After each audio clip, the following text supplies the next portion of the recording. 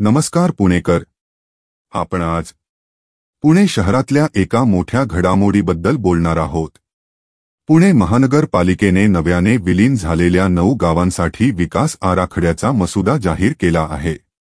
आणि सर्वात महत्त्वाचं म्हणजे सूचना आणि हरकती दाखल करण्यासाठी नागरिकांना 60 दिवसांचा वेळ दिला आहे. चला तर मग सविस्तर बघूया हे प्रकरण. 2017 साली एकूण 11 गावे पुणे महानगरपालिकेच्या हद्दीत समाविष्ट करण्यात आली होती. पण त्यानंतर उरळी, देवाची आणि फुरसुंगी ही 2 गावे वगळण्यात आली. उरलेली 9 गावे म्हणजे लोहगाव, मुंढवा, हडपसर, शिवणे, आंबेगाव खुर्द, उंडरी, धायरी आणि आंबेगाव बुद्रुक. आता या 9 गावांसाठी विकास आराखड्याचा मसुदा तयार झाला आहे आणि तो पुणे महानगरपालिकेने अधिकृतरित्या जाहीर केला आहे. पुढील 60 दिवसांत नागरिकांनी त्यावर हरकती व सूचना द्यायच्या आहेत. सर्वात महत्त्वाचं म्हणजे तुमचा सहभाग इथे शक्य आहे.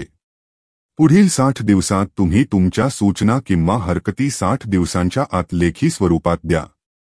हा व्हिडिओ तुमच्या नातेवाईकांना तसेच व्हॉट्सॲप ग्रुप्समध्ये शेअर करा, जेणेकरून प्रत्येकाला आपले मत, हरकती व सूचनेच्या स्वरूपात मांडता येईल.